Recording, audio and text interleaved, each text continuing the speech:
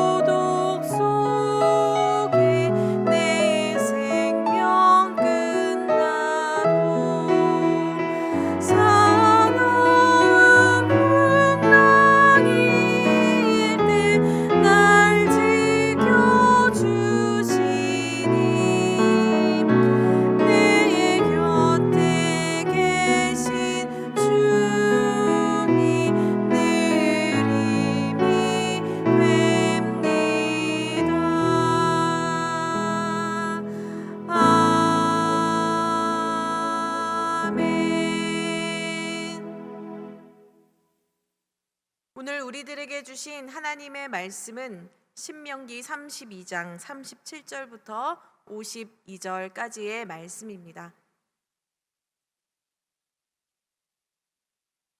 또한 그가 말씀하시기를 그들의 신들이 어디 있으며 그들이 피하던 반석이 어디 있느냐. 그들의 제물의 기름을 먹고 그들의 전제의 제물인 포도주를 마시던 자들이 일어나 너희를 돕게 하고 너희를 위해 피난처가 되게 하라. 이제는 나 곧 내가 그인 줄 알라. 나 외에는 신이 없도다. 나는 죽이기도 하며 살리기도 하며 상하게도 하며 낫게도 하나니 내 손에서 능히 빼앗을 자가 없도다. 이는 내가 하늘을 향하여 내 손을 들고 말하기를 내가 영원히 살리라 하였노라. 내가 내 번쩍이는 칼을 갈며 내 손에 정의를 붙들고 내 대적들에게 복수하며 나를 미워하는 자들에게 보응할 것이라.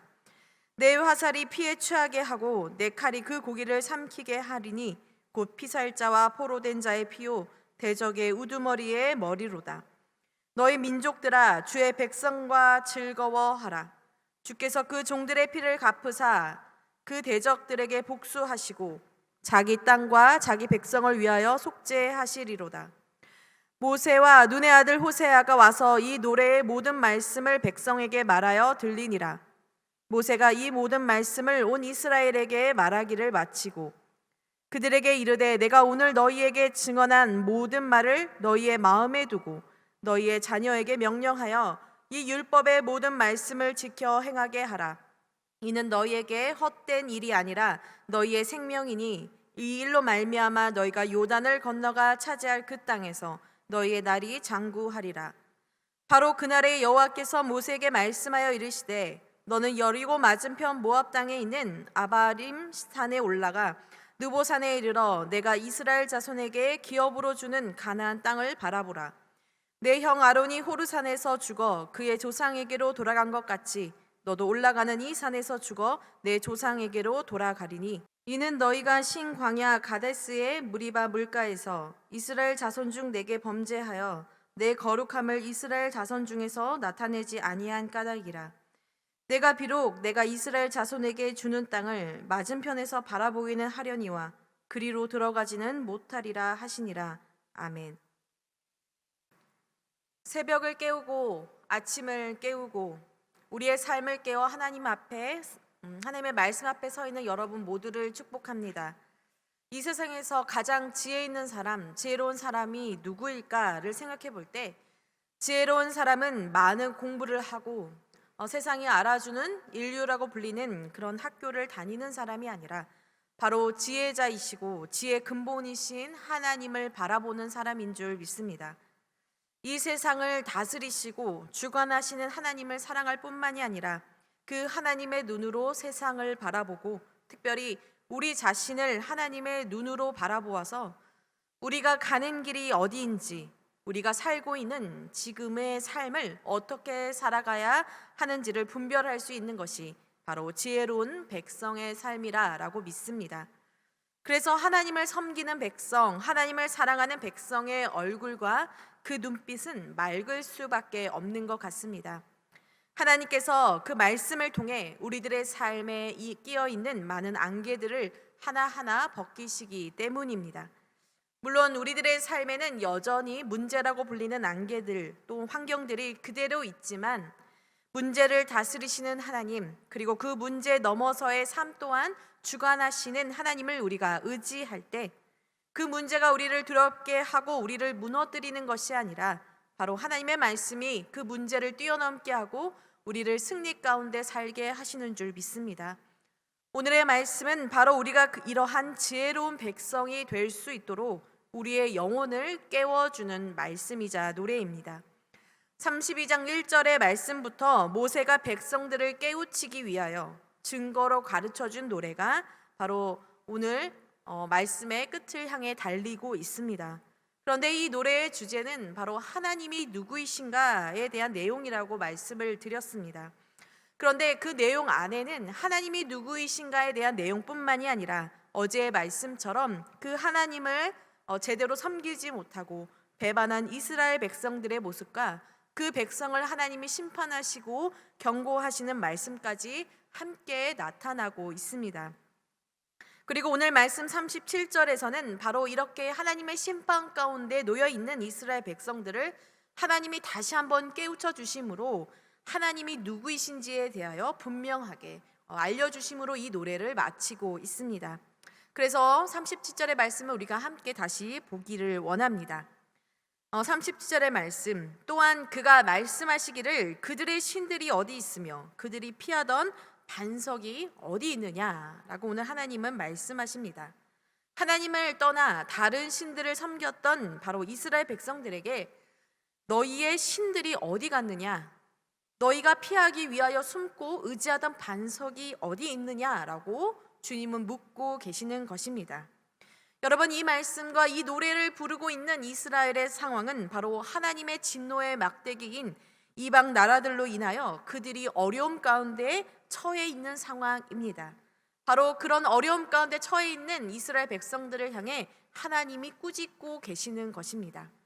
38절에도 마찬가지로 그 신들의 제물의 기름을 먹고 그 제물의 포도주를 마시던 자들이 일어나서 바로 너희들을 돕게 하고 너희들을 위해 피난처가 되게 하라라고 강하게 꾸짖고 계십니다. 하나님을 업심 여길 정도로 의지했었던 그 신들, 그리고 그 신들을 섬기는 그 이방 사람들에게 너희의 처지를 구원해 달라라고 말해보라라는 것입니다. 여러분, 하나님께서 이렇게 말씀하시는 이유가 무엇입니까? 그들이 의지했던 그 신들, 그리고 그 이방 사람들은 바로 그들의 반석도, 피난처도 신의 역할을 할 수 없기 때문입니다. 여러분, 오늘 39절의 말씀을 저희가 함께 읽어보기를 원하는데요, 여러분, 이 말씀이 오늘 여러분과 저의 고백이 되기를 원합니다. 39절에 하나님은 자신을 향해 이렇게 말씀하고 계십니다. 이제는 나 곧 내가 그인 줄 알라. 나 외에는 신이 없도다. 나는 죽이기도 하며 살리기도 하며 상하게도 하며 낫게도 하나니 내 손에서 능히 빼앗을 자가 없도다. 하나님은 오늘 분명하게 말씀하고 계십니다. 이제는 나 곧 내가 그인 줄 알라라고 말입니다. 여기서 나는 하나님을 가리키는데, 이 하나님이 그인 줄, 즉 이스라엘 백성이 그렇게 찾고 의지했던 반석, 피난처, 그리고 그들에게 복을 가져다 줄 바로 구원하실 바로 그 신이 하나님인 줄 알라는 것입니다. 여기서 알다라는 말은 보라라는 말로도 쓰이고 있습니다. 따라서 이스라엘에게 너희가 확실하게 보라라고 말하는 것입니다.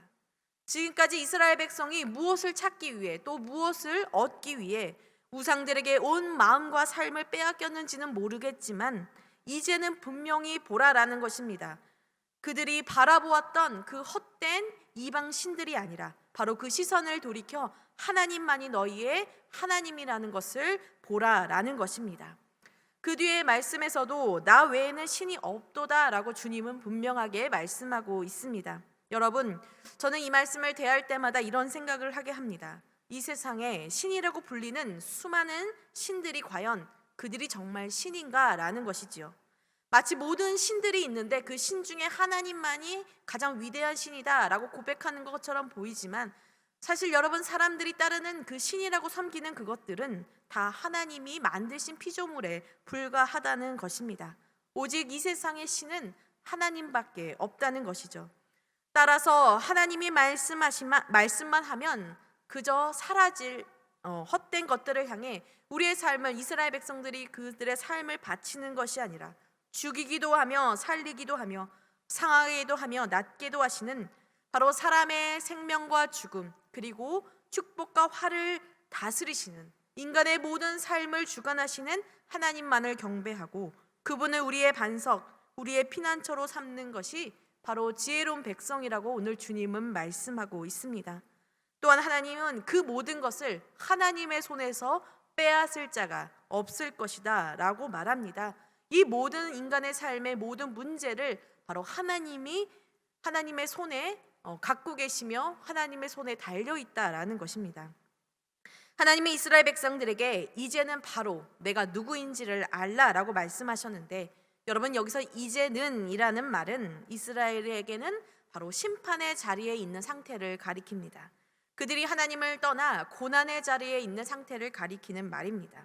죄 가운데 빠져서 헛된 것이 가져다 주는 그런 허무함, 공허함, 바로 그것을 느끼는 그 가운데에서 다시 하나님을 바라보라라는 것입니다. 그러나 여러분, 이제는 이라는 이 말은 꼭 그런 자리가 아니어도 됩니다. 하나님만이 우리의 모든 삶을 주관하실 수 있고, 여러분, 가져가기도 하시고 다시 채우기도 하시는 분임을 우리가 알아야 하는 바로 이제는 이라는 이 자리는 바로 우리의 매일이어야 합니다. 즉 오늘이어야 한다는 것입니다. 그것을 잊지 말고 날마다 고백함으로 다른 것에 우리의 마음을 내두지 않도록 고백하고 노래하라고 오늘 주님은 말씀하십니다. 여러분, 이 말씀이 또 다른 구약의 본문에 등장합니다. 바로 사무엘상 2장 2절에 한나의 기도 속에 나옵니다. 그 말씀을 제가 읽어드리면, 여호와와 같이 거룩하신 이가 없으시니 이는 주밖에 다른 이가 없고 우리 하나님 같은 반석도 없으심이니이다 라고 한나는 기도하고 있습니다. 여러분, 아이가 없어서 하나님의 성전 앞에 나아가 기도하던 한나가 드디어 하나님의 은혜를 입고 사무엘을 임신하여 사무엘을 낳고 또한 그녀가 서원한 대로 사무엘을 하나님께 드리고 나서 바로 그가 하나님 앞에 노래한 바로 그 고백이 바로 이 말씀입니다. 주밖에 다른 이가 없으며 우리 하나님 같은 반석도 없다는 그의 기쁨의 고백. 여러분, 아이가 없을 때에도 또 아이를 얻었을 때에도 여러분, 이 고백은 사실은 계속되어야 합니다. 즉 여러분, 이 우리가 함께 살펴본 32장의 노래처럼 여러분, 이스라엘이 고통 가운데 있을지라도 또는 배부름이 충만하여 그들의 삶의 넉넉함 가운데 있을지라도 여러분, 우리는 어떠한 상황 속에서도 이것이 우리의 고백이 되어야 한다는 것입니다. 우리가 고통 가운데 있을지라도 하나님만이 나의 피난처이시고 나의 구원이심을 기억하는 것, 그리고 우리가 넉넉할 때에도 더욱더 하나님께 감사하며 여러분, 경외해야 할 뿐 여러분, 주밖에는 다른 신이 없다는 것, 여러분, 그것을 고백할 수 있는 것이 바로 지혜로운 백성의 삶의 모습이다라고 오늘 주님은 말씀하십니다. 이제 남은 노래에서는 하나님께서 진노의 막대기로 사용하신 그 이방 나라를 그냥 두시지 않고 심판하시겠다라고 이야기합니다. 40절에 하나님은 스스로 자신이 영원히 사시는 자신의 삶을 걸고 하늘을 향해 두 손을 들고 맹세하는 장면이 나옵니다. 한 손에는 칼을, 한 손에는 정의를 들고 이스라엘 백성들의 대적들을 무너뜨리시겠다라고 고백하십니다. 또 43절을 보면 너희 민족들아 주의 백성과 함께 즐거워하라 라고 말하고 있습니다. 모든 나라들에게 바로 주님의 백성과 함께 즐거워하라 라는 것입니다. 하나님은 당신의 종들에게 피를 흘리게 한 그 나라들을 대적하시고 복수하신 하나님만이 아니라 당신의 자녀들의 죄를 용서하시고 속죄하시는 하나님이시기 때문입니다. 여러분, 하나님은 이스라엘의 하나님만은 아닙니다. 결국은 이스라엘을 통해 온 나라, 열방이 하나님이 누구인지를 알리고자 하시는 것이 하나님의 목적이십니다. 당신의 자녀를 사랑하시고 결국은 그들을 속죄해 주실 뿐만이 아니라 그들의 대적을 보복하신 하나님, 바로 그 하나님을 바라보고 그 하나님을 섬기는 바로 이 이스라엘 백성과 함께 바로 온 열방에게 즐거워하라라고 말하고 있는 것입니다. 사랑하는 여러분, 결국 하나님의 백성이 올바르게 하나님을 섬길 때 우리의 삶을 통해 하나님의 이름이 전파될 뿐만이 아니라 온 열방이 하나님을 바라볼 수 있다는 것을 오늘 주님은 이 노래를 통해 우리에게 가르쳐주고 계십니다. 나의 하나님만이 아니라 온 열방의 하나님, 결국 하나님이 만드신 이 땅의 모든 민족의 하나님이 되려면 오늘 우리가 하나님만을 온전히 섬길 때 가능하다는 것을 말해주고 있는 것입니다. 여러분, 모세가 오늘 이 여호수아와 함께 이 노래를 다 백성들에게 가르치고 마지막으로 이렇게 말하고 있습니다. 47절에 이는 너희에게 헛된 일이 아니라 너희의 생명이니 라고 말입니다. 여러분, 말씀이 곧 우리들의 생명이라고 오늘 모세는 이야기하고 있습니다. 이 말씀이 결국 너희를 약속의 땅으로 들어가게 해주는 바로 너희의 생명이라고 말하는 것입니다. 사랑하는 여러분, 오늘 우리를 인도하시는 하나님께서 우리를 당신의 나라로 인도하실 뿐만이 아니라 우리가 다 알지 못하지만 우리의 삶의 약속의 땅으로 우리를 인도하실 것입니다. 비록 우리가 그 하나님의 계획을 온전히 다 알지는 못하지만 오늘 우리가 이 말씀을 바라보며 기억해야 할 것은 우리들의 유일하신 아버지, 유일하신 하나님, 바로 이 생명의 하나님을 온전히 붙들 때에만 바로 우리가 그 하나님의 계획 가운데 온전히 인도함을 받을 수 있다라는 것입니다. 이 생명의 말씀을 기억하며 하루하루 이 말씀을 붙들고 나아가는 바로 저와 여러분이 되기를 기도합니다. 저와 여러분을 인도하실 분은 오직 하나님밖에 없음을 기억할 수 있기를 바랍니다.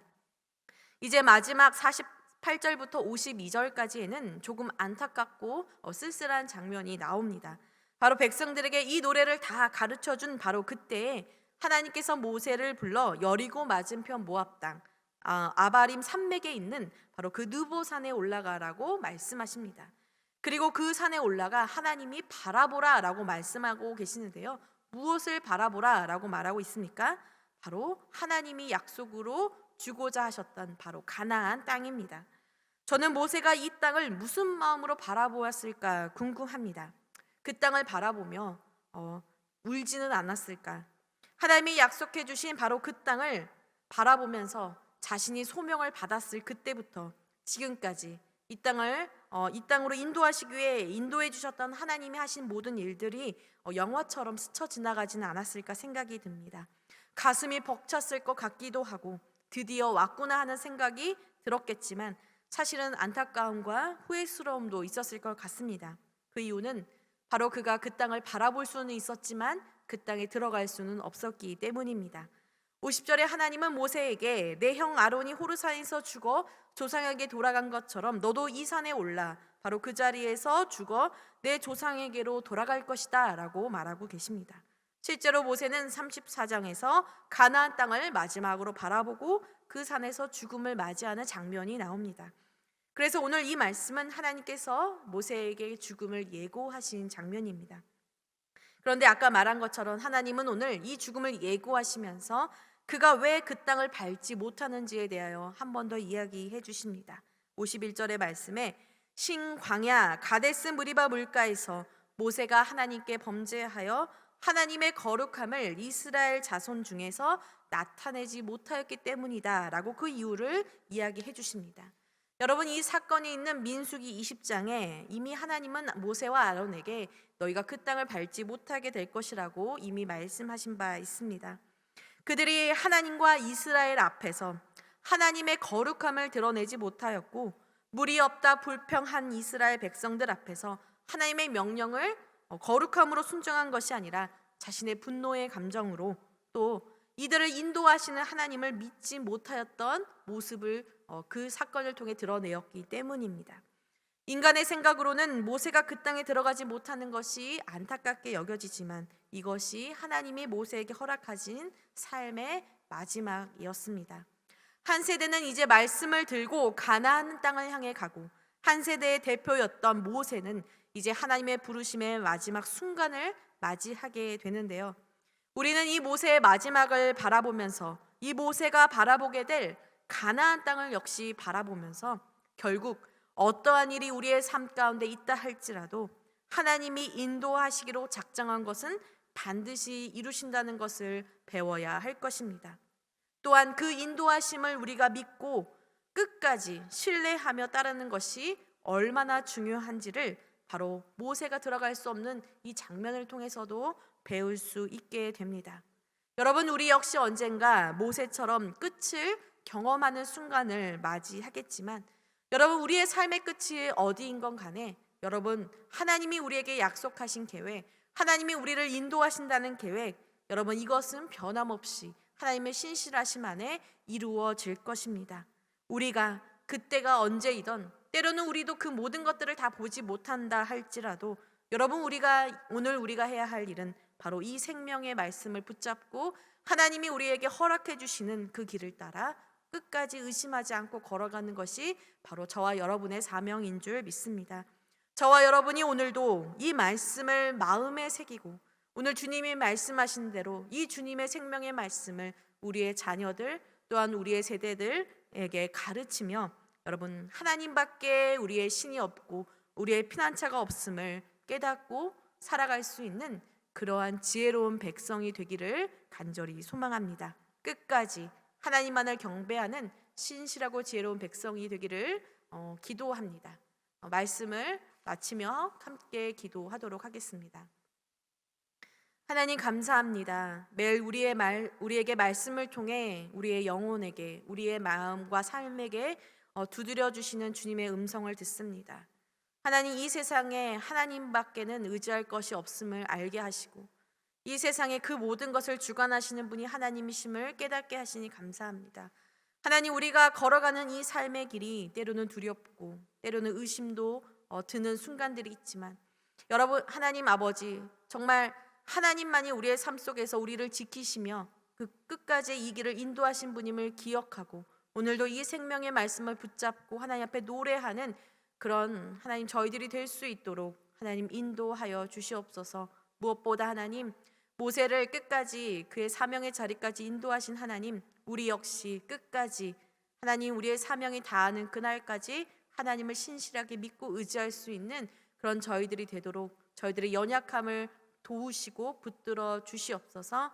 하나님, 오늘도 흩어져 있는 만나교회 모든 성도님들을 축복하시고, 하나님, 이러한 어려운 상황 가운데서도 믿음을 잃지 않고 예배하고 경배하는 백성으로 살아갈 수 있도록 우리를 도와주시옵소서. 이 모든 말씀 예수님의 이름으로 기도합니다.